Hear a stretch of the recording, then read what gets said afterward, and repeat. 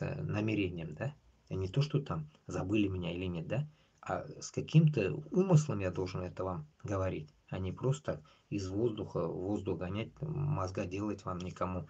Толка от этого нету. Поэтому, Тувалар, нужно понимать, что от нашей болтовни ничего не изменится, пока мы в руки не возьмем оружие. Вот я к чему. Это все вот эти слова, вот это все безге туганар. Бірінші, автомат, ну тут öğrenirге керек, в конце концов. Я тоже, 100 лет назад держал этот автомат. Его надо заново нам надо учиться держать. Как он стреляет, что он вообще, какой он. Там не всегда же там будет калашниковый 100-летний щербеткен. Может какой-то будет другие автоматы, когда мы уже встанем на этот, как говорится, на бой этот. Поэтому, а может и не будет вообще автомата.